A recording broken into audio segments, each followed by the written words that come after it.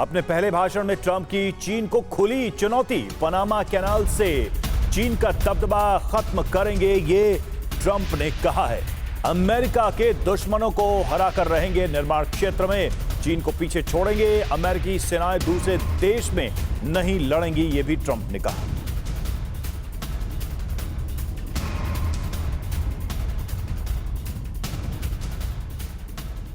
तो राष्ट्रपति बनने के बाद ट्रंप का चीन को लेकर यह बड़ा ऐलान। सीधे तौर पे ट्रंप ने कहा कि चीन को हम पीछे छोड़ेंगे, निर्माण क्षेत्र में खुली चुनौती चीन को दी है ट्रंप ने।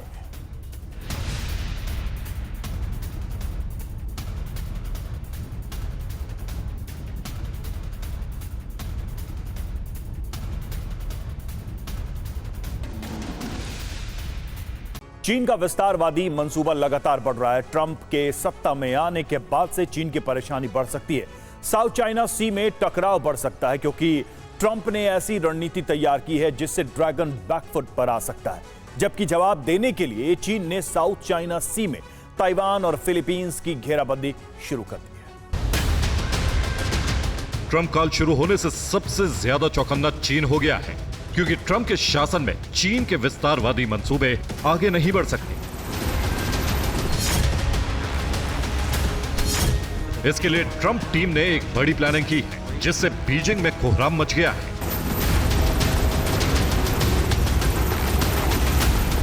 यानी साउथ चाइना सी में चीन और अमेरिका आमने सामने आ चुके हैं। दोनों के वॉरशिप तैनात, कभी भी युद्ध की चिंगारी भड़क सकती है।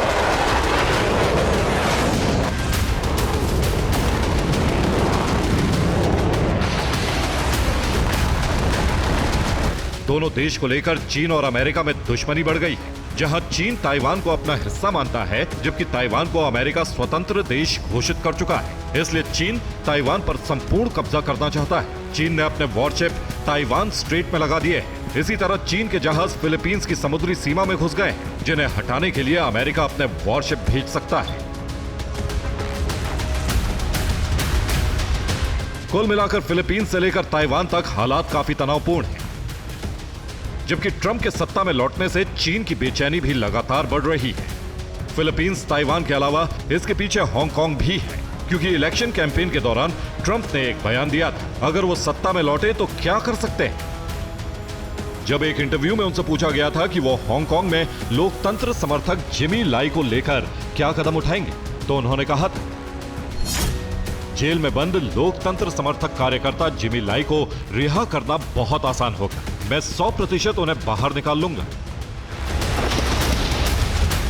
दरअसल जिमी लाई लगातार जिनपिंग की दमनकारी नीति के खिलाफ आवाज उठाते रहे और हांगकांग को ताइवान की तरह स्वतंत्र मुल्क बनाना चाहते हैं।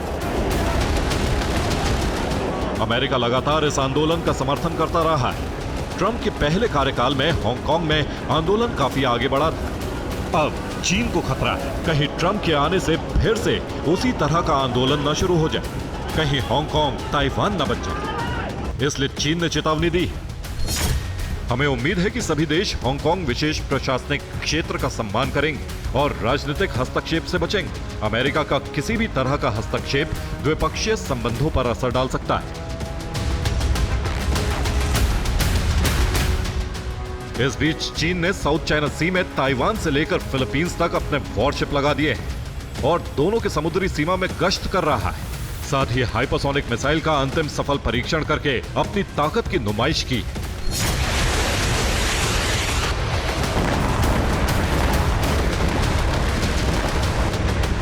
हालात बिगड़ते देख ट्रंप अमेरिका का 7वां बेड़ा साउथ चाइना सी में उतार सकते हैं। यानी इस बात का अंदेशा बढ़ गया है कि युद्ध का एक नया मोर्चा दक्षिण चीन सागर में खुल सकता है जिसमें अमेरिका चीन में सीधा टकराव हो सकता है। ब्यूरो रिपोर्ट, TV9 भारत देश। रूस के राष्ट्रपति पुतिन ने ट्रंप को बधाई दी।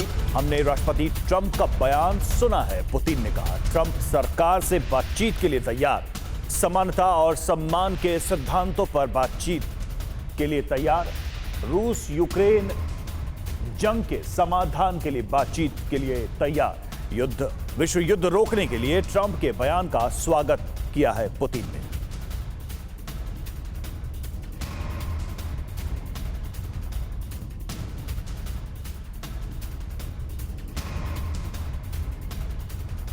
तो पुतिन की तरफ से रिएक्शन ट्रंप के बयान का, और पुतिन ने ट्रंप के बयान का स्वागत किया है। अमेरिका में ट्रंप 2.0 का आगाज हो गया है। अमेरिका में ट्रंप काल की शुरुआत के साथ ही दुनिया में होने वाले बदलाव को लेकर भी चर्चा जारी है। सबसे बड़ा सवाल है कि रूस यूक्रेन युद्ध का क्या होगा। क्या ट्रंप यूक्रेन में सीज फायर करा सकेंगे? अमेरिका में होने जा रहे सत्ता परिवर्तन के बीच युद्ध में किसी तरह का बदलाव नजर नहीं आ रहा। ज़ेलेंस्की लगातार रूस में हमले कर रहे हैं और रूस में धमाकों का दौर जारी। अमेरिका में सत्ता परिवर्तन, लेकिन रूस यूक्रेन युद्ध की रफ्तार में कोई बदलाव नहीं। अमेरिका में बाइडेन की जगह ट्रंप, लेकिन पुतिन और ज़ेलेंस्की के अभियान में परिवर्तन नहीं।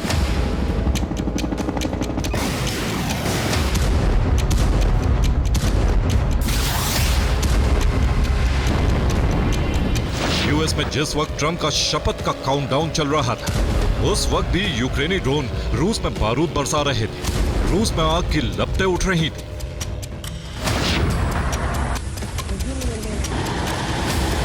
जंग थमेगी या नहीं, ये तो आने वाला वक्त बताएगा, लेकिन मौजूदा दौर में घमासान तेज है।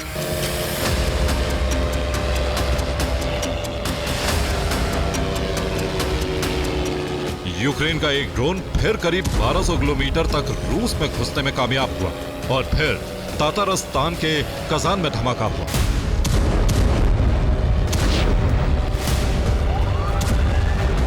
यूक्रेन के टारगेट पर एयरक्राफ्ट की फैक्ट्री थी। फैक्ट्री में रूस के बॉम्बर का प्रोडक्शन होता था। Tu-160 और Tu-22 एयरक्राफ्ट बनते थे।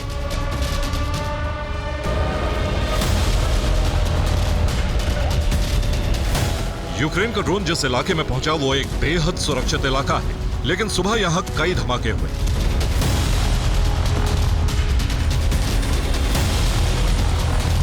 यूक्रेनी ड्रोन कजान में ही एक एयरबेस तक पहुंचे जहां कई ऑयल डिपो मौजूद हैं।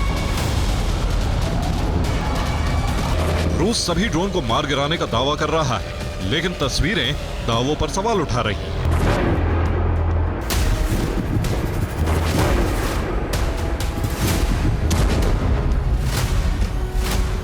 यूक्रेन ड्रोन की दहशत ऐसी थी कि कजान इंटरनेशनल एयरपोर्ट से उड़ानें रोक दी गई। बेगिशेवो एयरपोर्ट को भी बंद कर दिया गया। कजान के इश्वेस्क एयरपोर्ट को भी बंद कर दिया गया।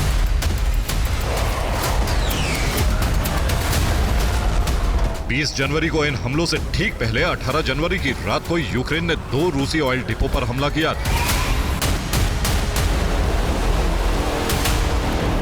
पहला धमाका रूस के तुला में हुआ तो दूसरा धमाका कलुगा इलाके में हुआ।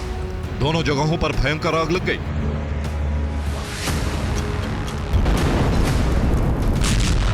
ऐसे हमलों का सिलसिला रूस में एक हफ्ते से जारी है। यूक्रेन रूस को आर्थिक तौर पर बहुत बड़ा नुकसान पहुंचा चुका है।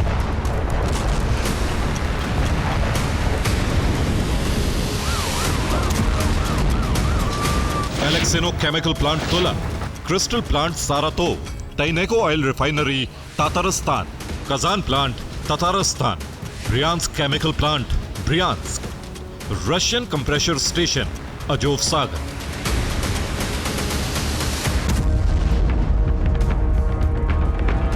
ये तमाम ठिकाने यूक्रेनी ड्रोन से नष्ट हो चुके हैं।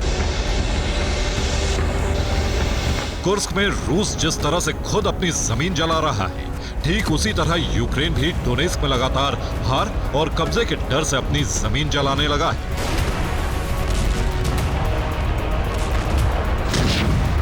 यूक्रेनी सेना ने हार के बाद अपने ही कोयला खदान को भस्म कर दिया है। ये डोनेस्क के पोक्रोवस्की का खदान है।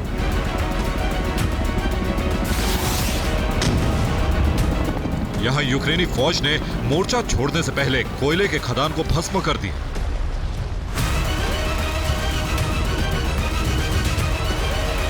रूसी सेना को डोनेस्क में कब्जे के बाद खनिज और कोयले का बड़ा भंडार मिलने की उम्मीद है। रूस फिलहाल यूक्रेन में 3 तरफ से हमले कर रहा है।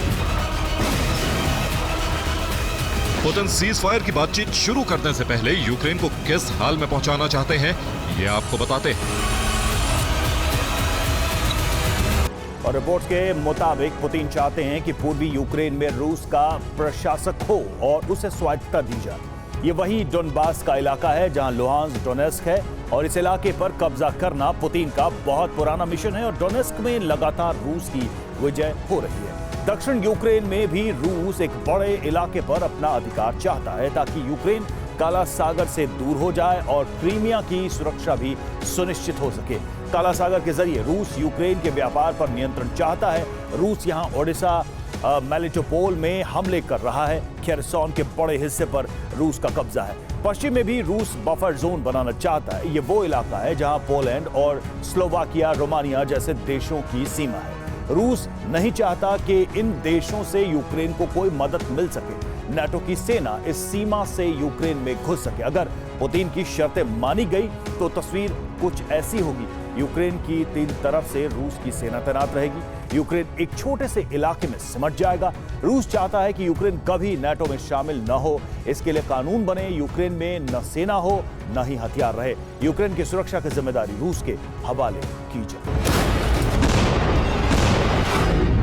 अहम बात यह है कि ज़ेलेंस्की ट्रंप के शपथ में नहीं जा रहे।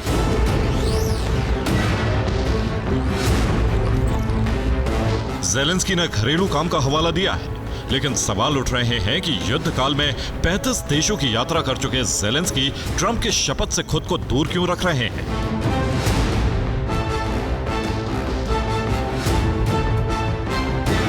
सवाल है कि क्या ज़ेलेंस्की का पत्ता साफ हो चुका है? क्या यूक्रेन में पुतिन समर्थित सरकार बनेगी? क्या ज़ेलेंस्की यूरोप के भरोसे यूएस से दूर होंगे? क्या नाटो की बैठक में रणनीति तैयार हुई? क्या ब्रिटेन, फ्रांस और जर्मनी युद्ध को आगे बढ़ाएंगे? पुतिन को अब यूक्रेन में ज़ेलेंस्की सरकार भी मंजूर नहीं है। पुतिन यूक्रेन में तख्ता पलट कराने की कोशिश में है। ट्रंप रूस की सभी शर्तें मान लेंगे ये मुश्किल लगता है, क्योंकि युद्ध में कई नाटो देशों के हथियारों का इस्तेमाल हुआ।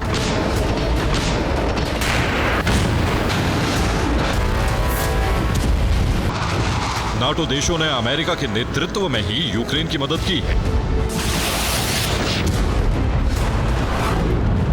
ट्रंप भी नहीं चाहते हैं कि अमेरिका रूस की हर मांग मान ले। युद्ध में अमेरिका की हार का संदेश जाए। रोमानिया, पोलैंड के करीब रूसी फौज पहुंचे।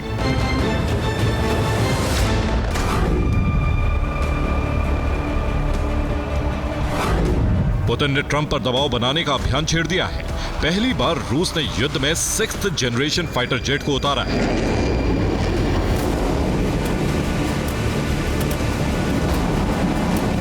पहली बार रूसी सेना ने दक्षिणी यूक्रेन में सुखोई 57 से बमबारी की है।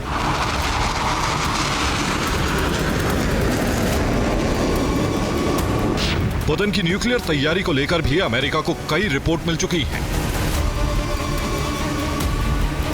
ट्रंप खुद एक आक्रामक तेवर के नेता है और माना जा रहा है कि युद्ध विराम के नाम पर ट्रंप कभी भी रूस की दादागिरी को हावी नहीं होने देंगे।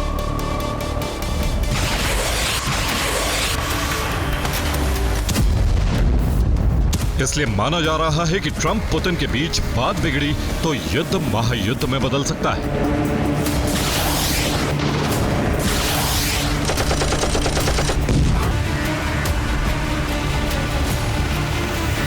यानी महज 2 दिनों में ही ट्रंप की रणनीति पुतिन के सामने होगी और पुतिन का प्लान भी अमेरिका के सामने होगा। अब सवाल यही है कि ट्रंप झुकेंगे या पुतिन? ट्रंप का यूक्रेन प्लान कामयाब होगा या फिर नाकाम?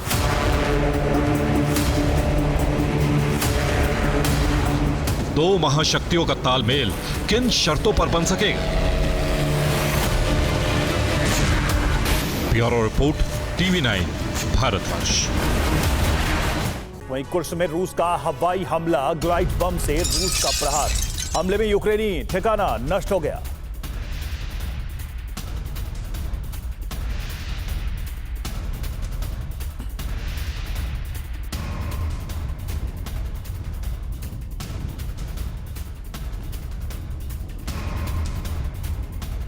अमेरिका में ट्रंप 2.0 से कई देशों की घबराहट बढ़ गई है। खास तौर से यूक्रेन के प्रेसिडेंट ज़ेलेंस्की को समझ में नहीं आ रहा कि अब यूक्रेन का भविष्य क्या होगा, क्योंकि ट्रंप युद्ध विराम कराना चाहते हैं जबकि यूक्रेन हथियारों की डिमांड कर रहा है। कहा जा रहा है कि ट्रंप शपथ लेने के बाद पुतिन से बात कर सकते हैं, लेकिन खतरा इस बात का भी है कि अगर पुतिन नहीं माने तो क्या होगा? क्या अमेरिका और रूस में टकराव हो सकता है? अगर ऐसा हुआ तो यूरोप में महायुद्ध शुरू हो सकता है, जो शीत युद्ध से भी ज्यादा भयंकर हो सकता है, जिसमें परमाणु हथियारों के इस्तेमाल की पूरी आशंका है। यूक्रेन पर संपूर्ण कब्जे की सौगंध पुतिन खा चुके हैं।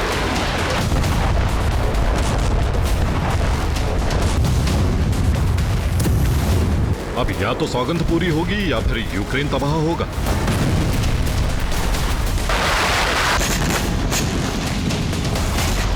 यानी हर हालत में ज़ेलेंस्की की हार तय मानी जा रही है।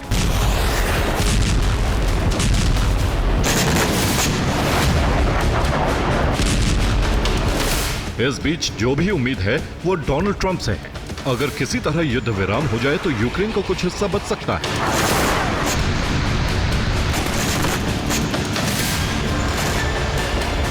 क्योंकि डोनाल्ड ट्रंप शपथ लेने के बाद पुतिन से सीज फायर पर बात कर सकते हैं, क्योंकि डोनाल्ड ट्रंप इलेक्शन कैंपेन के दौरान युद्ध विराम की बात कहते रहे हैं।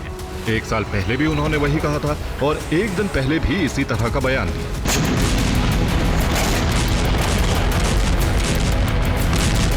अब इसे ट्रंप इफेक्ट ही कहा जाएगा कि उनके शपथ से ठीक पहले हमास इजराइल के बीच युद्ध विराम हो गया। अब यूक्रेन और रूस की बारी है। इस बीच एक बड़ा खतरा भी है। अगर युद्ध विराम नहीं हो पाया तो यूरोप में समीकरण क्या होंगे?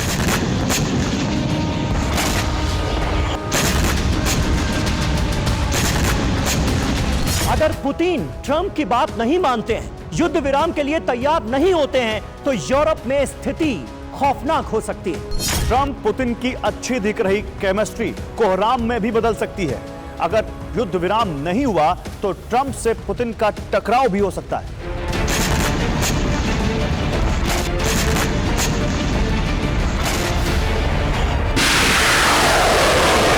हालांकि ट्रंप के रुख को लेकर नाटो में भी मतभेद सामने आ रहे हैं। कुछ नाटो देश चाहते हैं कि यूक्रेन को सैन्य मदद लगातार जारी रखी जाए, जिससे रूस को यूक्रेन तक ही उलझा कर रखा जाए। इससे पुतिन दूसरे नाटो देशों पर आक्रमण के लिए आगे नहीं बढ़ेंगे। लेकिन कुछ देश चाहते हैं कि युद्ध विराम करके रूस को वहीं रोका जाए।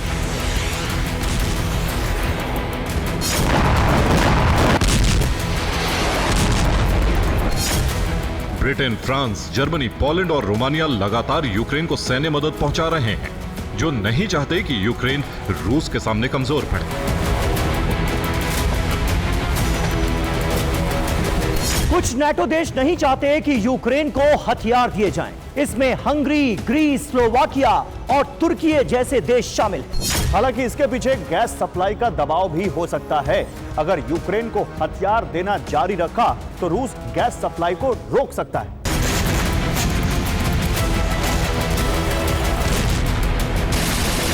यानी नाटो में यूक्रेन को लेकर फूट पड़ चुकी है। अब अगर ट्रंप किसी तरह से युद्ध विराम करा देते हैं तो भी पुतिन रुकने वाले नहीं।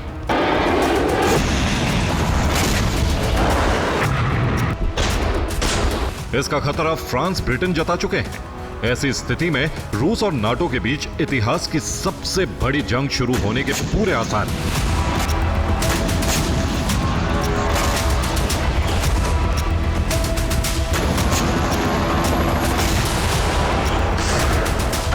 इस बीच अमेरिका भी युद्ध में उतर सकता है, जिससे रूस नाम का संकट हमेशा के लिए खत्म हो जाए।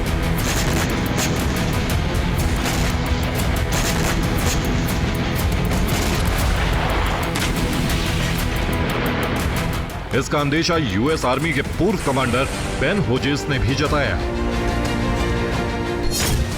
उन्होंने कहा है, ट्रंप को सत्ता संभालने के बाद युद्ध विराम से जुड़े किसी समझौते से बचना चाहिए, क्योंकि पुतिन कभी भी पलट सकते हैं। वो कभी भी अपनी सेना यूक्रेन से नहीं हटाने वाले, बल्कि वो 2 साल बाद और अधिक मजबूत होकर यूक्रेन पर फिर आक्रमण कर सकते हैं।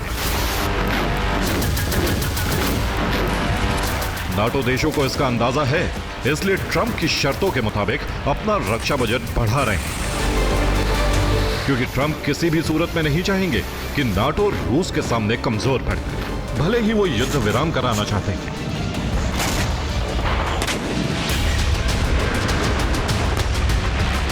इस बीच पेंटागन की तरफ से खुलासा हुआ है कि रूस अमेरिका से परमाणु युद्ध की तैयारी बाइडेन सरकार के शुरुआती दौर में ही करने लगा था। यानी पुतिन को इस बात का अंदाजा है कि यूक्रेन से युद्ध कभी न कभी नाटो से टकराव में बदल सकता है।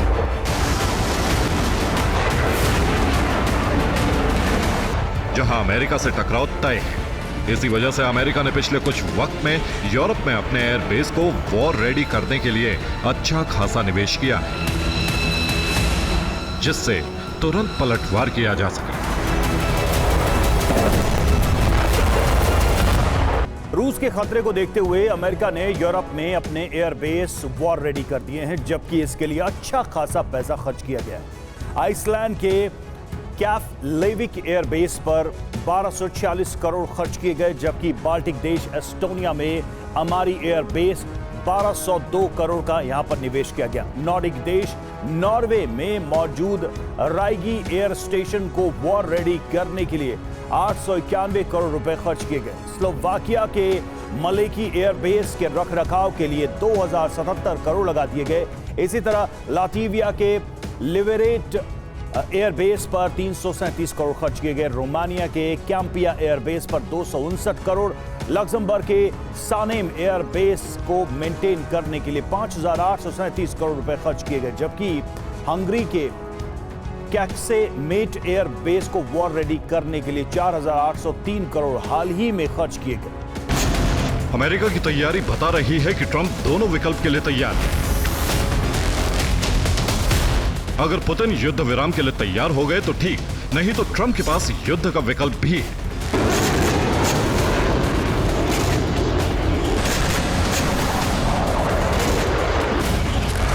इसलिए अमेरिका नाटो बेस पर थर्मोन्यूक्लियर हथियार डिप्लॉय कर रहा है, जो रूस के ईएमपी हथियारों को तबाह कर देंगे।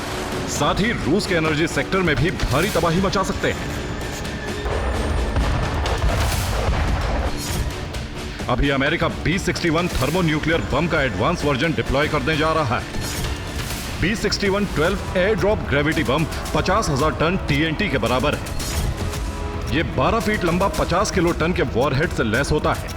इससे दुश्मन के खेमे में जबरदस्त तबाही हो सकती है।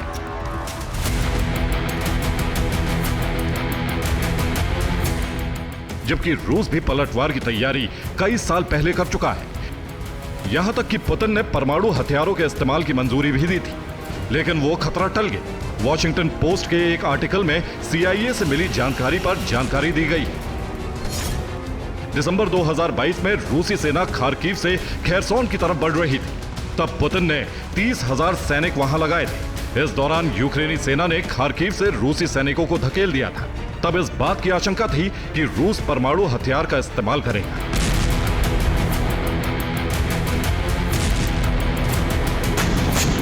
लेकिन हालात पर काबू पा लेने से पुतिन ने आदेश वापस ले लिया था।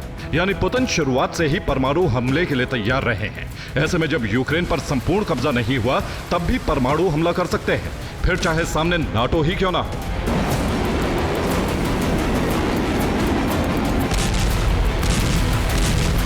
यानी ट्रंप काल में भी रूस नाटो में भीषण युद्ध का खतरा मंडरा सकता है, क्योंकि ये रूस भी जानता है कि अमेरिका विहीन नाटो की क्षमता शून्य है। ऐसे में नाटो से टकराव का मतलब सीधा अमेरिका से टकराव है।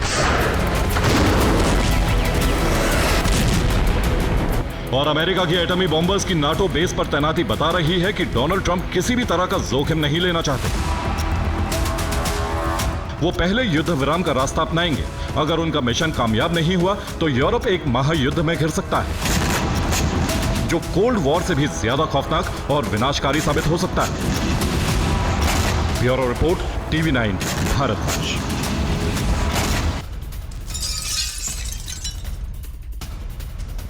नाटो बेस पर बॉम्बर की तैनाती, अमेरिका से कई बॉम्बर भेजे गए, थर्मोन्यूक्लियर बम तैनात किए गए।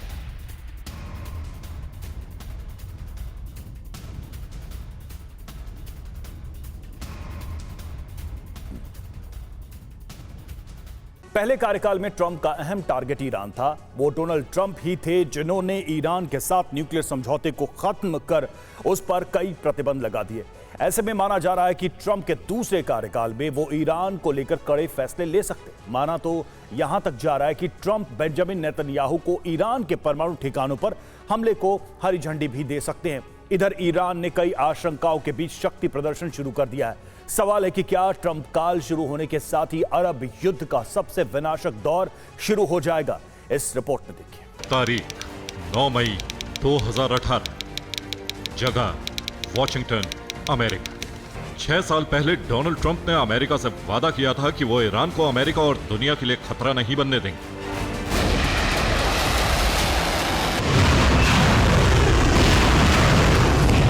ट्रंप का यही वादा इस वक्त खामनेई के कानों में गूंज रहा है, जिसने ईरान को तबाही की आहट से भर दिया है।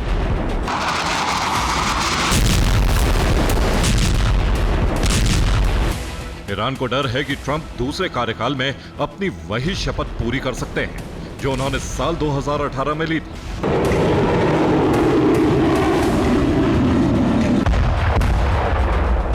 दरअसल साल 2015 में ओबामा कार्यकाल के दौरान ईरान और अमेरिका के बीच परमाणु समझौते पर हस्ताक्षर हुए थे।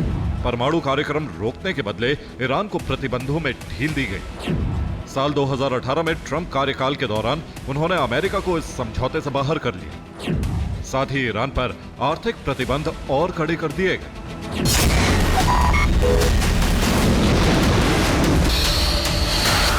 डोनाल्ड ट्रंप ने उसी वक्त साफ कर दिया था कि वो किसी भी हाल में ईरान को परमाणु शक्ति हासिल नहीं करने देंगे। अब माना जा रहा है कि ईरान को रोकने के लिए ट्रंप के पास 2 रास्ते हैं। नंबर 1, ट्रंप ईरान पर नए आर्थिक प्रतिबंध लगा सकते हैं ताकि ईरानी जनता में विद्रोह भड़काया जा सके। नंबर 2, अमेरिका इजराइल की आड़ में ईरान के खिलाफ युद्ध छेड़ सकता है, जो ईरान में सत्ता परिवर्तन तक जारी रहेगा।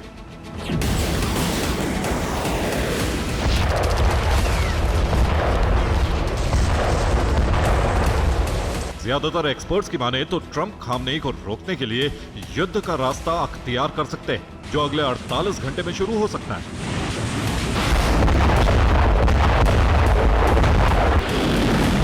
दरअसल बाइडेन प्रशासन के दौरान ईरान के परमाणु जखीरे में जबरदस्त वृद्धि हुई। साथ ही ईरान की पहुंच 83% शुद्ध यूरेनियम तक हो चुकी है। ऐसे में माना जा रहा है कि ट्रंप के पास ईरान को रोकने के लिए युद्ध ही प्रमुख विकल्प है।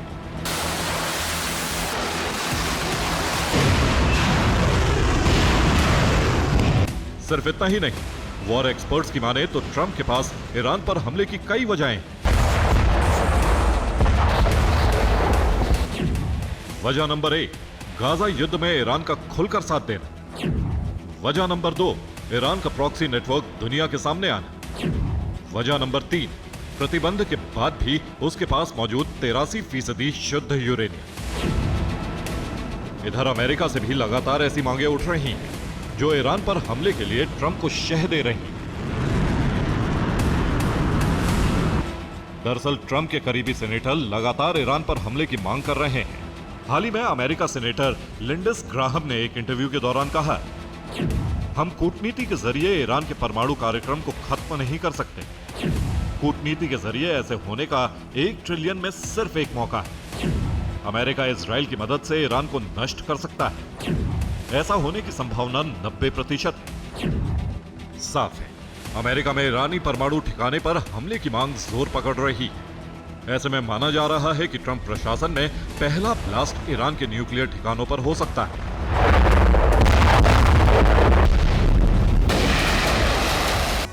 और अगले 48 घंटे में ट्रंप इजराइल को ईरान के न्यूक्लियर ठिकानों पर हमले की छूट दे सकते हैं। ईरान पर हमले के लिए इजराइल ने 5 टारगेट भी फिक्स कर लिए हैं, जिसमें पहला टारगेट है फोर्डो न्यूक्लियर प्लांट, जिसकी इजराइल से दूरी 1842 किलोमीटर है और माना जा रहा है कि इजराइल का पहला टारगेट यही न्यूक्लियर प्लांट होगा।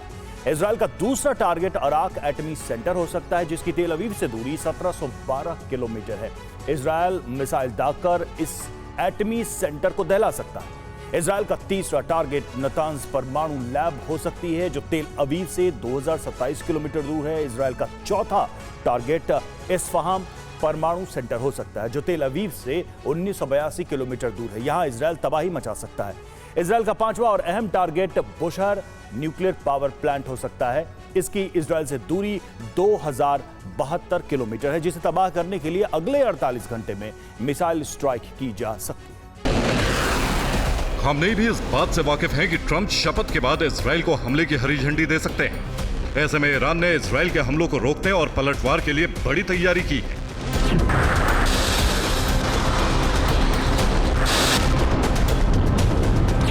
IRGC ने महज 24 घंटे पहले अपना अंडरग्राउंड शिप बेस का वीडियो जारी किया है। वीडियो में IRGC के कमांडर जनरल हुसैन सलामी नजर आ रहे हैं। टनल के अंदर नौसेना के कई पोत, बोट और मिसाइलें भी नजर आ रही हैं। दावा है कि ईरान का अंडरग्राउंड शिप बेस जमीन से 500 मीटर नीचे बना है। यहां नौसेना के कई मिसाइलें मौजूद हैं। मिसाइलों से हमला करने वाली नौकाएं भी हैं। ईरान ने नेवी बेस के लोकेशन की सटीक जानकारी नहीं दी है। वीडियो में टनल के अंदर 20 से ज्यादा ईरानी नौसेना की ज़ुल्फ़ाघर बोट भी देखी जा सकती है, जो मिसाइलों से लैस है। इसे लेकर भी ईरान ने बड़ा दावा किया है। इसकी लंबाई 144 फीट है, वहीं इसका वजन 375 टन है। इस पर शॉर्ट रेंज मिसाइल तैनात है। ईरान का दावा है कि 3 ज़ुल्फ़ाघर पोत एक अमेरिका एयरक्राफ्ट कैरियर को तबाह कर सकती है। ईरान एक तरफ अमेरिका को धमकी दे रहा है, तो वहीं दूसरी तरफ अपने परमाणु ठिकानों की सुरक्षा बढ़ा रहा है।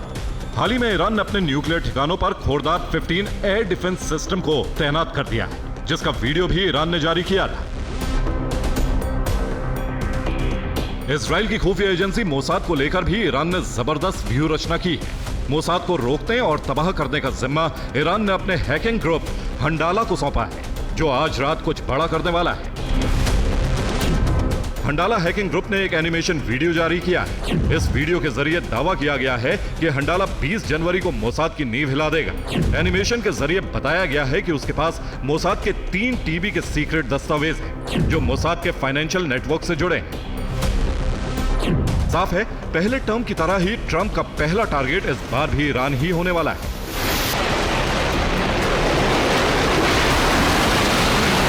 लेकिन ईरान की तैयारियां बता रही हैं कि ट्रंप के मंसूबे अरब में सबसे बड़ी जंग छेड़ सकते हैं। Bureau report, TV9 भारतवंश। और ट्रंप के शपथ ग्रहण के साथ ही दुनिया की भू राजनीति में भी बदलाव होने के संकेत मिल गए हैं। जो अपनी जमीन के लिए लड़ रहे हैं, उन्हें नया देश दिया जा सकता है, और ये संकेत गाजा के लिए बन रही योजना से मिला है। दरअसल युद्ध विराम के साथ फिलिस्तीन की समस्या के स्थायी समाधान का भी ऐलान टीम ट्रंप ने तैयार कर लिया है। इसमें फिलिस्तीनियों के लिए नए देश का विकल्प है, लेकिन इस योजना का असली मकसद क्या है, इसे इस स्पेशल रिपोर्ट से समझिए। अमेरिका में ट्रंप का final middle east plan.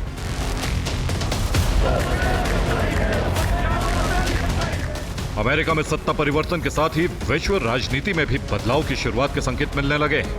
Middle east के फ्रंट पर इजराइल जिस युद्ध संकट से जूझ रहा था, वहां शांति फैल गई। बंधकों की अदला बदली शुरू हो गई।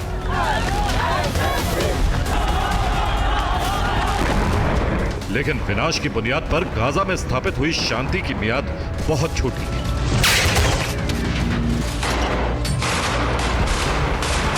इसलिए आने वाले दिनों में एक ऐसी तस्वीर गढ़ने की कोशिश हो रही है जिसमें आम नागरिकों को बेहतर सुविधा के साथ बारूदी तूफान से मुक्ति मिले और मिडिल ईस्ट में ईरान की ताकत बढ़ाने वाले प्रॉक्सी का खात्मा हो जाए।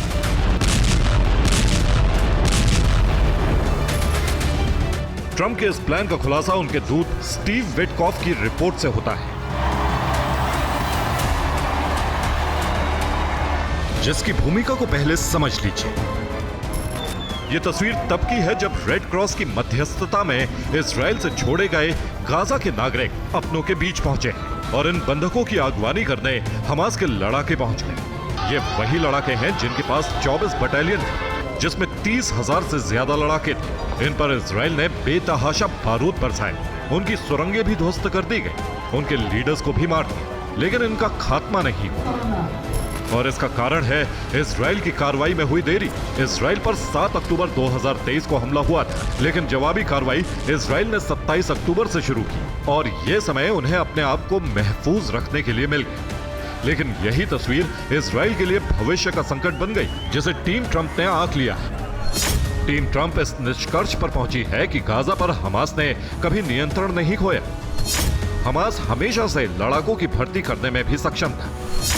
उन्हें हथियार और गोला बारूद भी लगातार मिलता रहा। डिप्लॉयमेंट के लिए हमास को गाड़ियां भी मिलती रही। हमास के अंतर्राष्ट्रीय संगठनों से संबंध कभी नहीं खत्म हुए।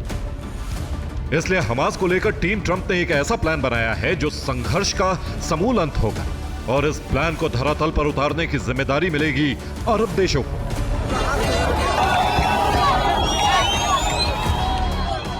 जिसे क्रमवार युद्ध और हमास के खात्मे तक लागू किया जाएगा, और इसका पहला चरण होगा फिलिस्तीनियों का व्यवस्थापन।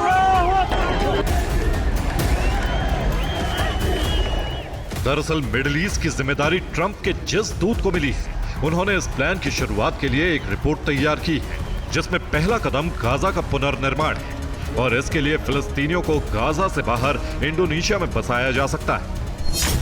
मतलब ये कि गाजा के पुनर्निर्माण के लिए गाजा को खाली कराया जाएगा, फिलिस्तीनियों को इंडोनेशिया में बसाया जाएगा। इसका फायदा ये होगा कि गाजा में हमास की वास्तविक स्थिति पता चलेगी। निर्माण के साथ इजरायली लोगों को गाजा तक विस्तार करने का मौका मिलेगा, यानी आम फिलिस्तीनी नागरिकों को नया देश मिल जाएगा और हमास के साथ संघर्ष का हमेशा हमेशा के लिए अंत हो जाएगा। हालांकि ये प्राथमिक रिपोर्ट है, जिसमें स्थान बदल भी सकता है, लेकिन प्लान यही रहेगा, जिसमें ट्रंप अपने अरब रीजन के सहयोगियों से मदद मांग सकते हैं। इसके एवज में अमेरिका अरब देशों को प्राथमिकता देगा। अरब देशों पर लगे कुछ प्रतिबंधों में ट्रंप रियायत दे सकते हैं, और यही नहीं, सहयोगी अरब देशों को अमेरिका से विशेष पैकेज भी मिल सकता है।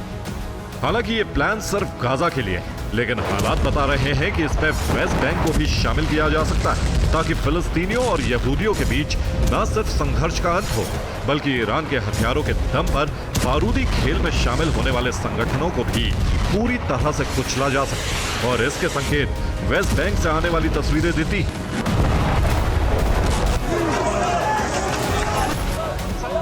इन तस्वीरों में देखा जा सकता है कि गाजा में भले ही बंधक संकट टलने तक युद्ध विराम हो चुका है, लेकिन वेस्ट बैंक से ऐसी कोई डील नहीं हुई है। इसलिए हमास की अल कसाम ब्रिगेड जैसे ही नारेबाजी करते हुए झंडे और अपने मारे जा चुके कमांडर्स की तस्वीर के साथ मैदान में उतरी, वैसे ही तुर्मुसाया में हमला हुआ, जिसमें 2 घरों और 4 गाड़ियों को आग के हवाले कर दिया गया।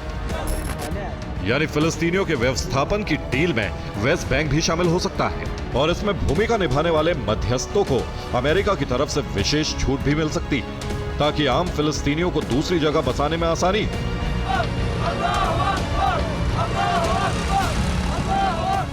लेकिन ट्रंप की इस रणनीति की भनक हमास को भी लग चुकी है, जिसका प्रमाण है अल कस्साम के प्रवक्ता का बयान।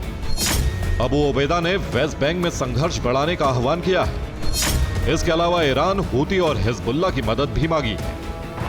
यानी प्लान में वेस्ट बैंक का शामिल होना तय है।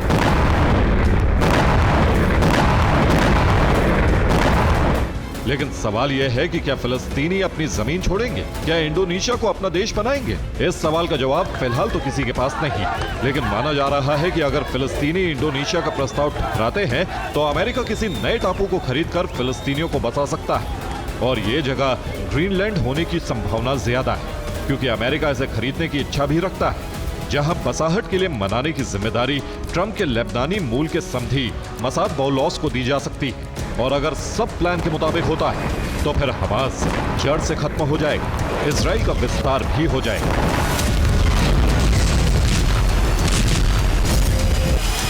Bureau report, TV9 Bharatvarsh.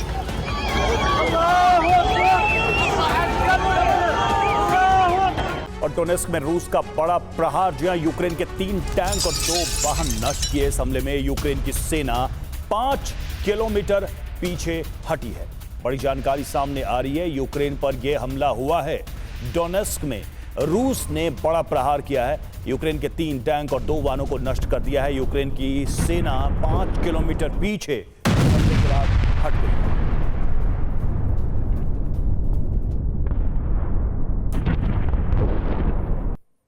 तो डोनेस्क में लगातार रूस की तरफ से हमले जारी हैं यूक्रेन पर। ये प्रहार, जो ताज़ा तस्वीरें आप देख रहे हैं, और इस हमले के बाद से यूक्रेन को काफ़ी नुकसान पहुंचा है। ये भी जानकारी सामने आ रही कि यूक्रेन की सेना इस हमले के बाद पीछे हटी है।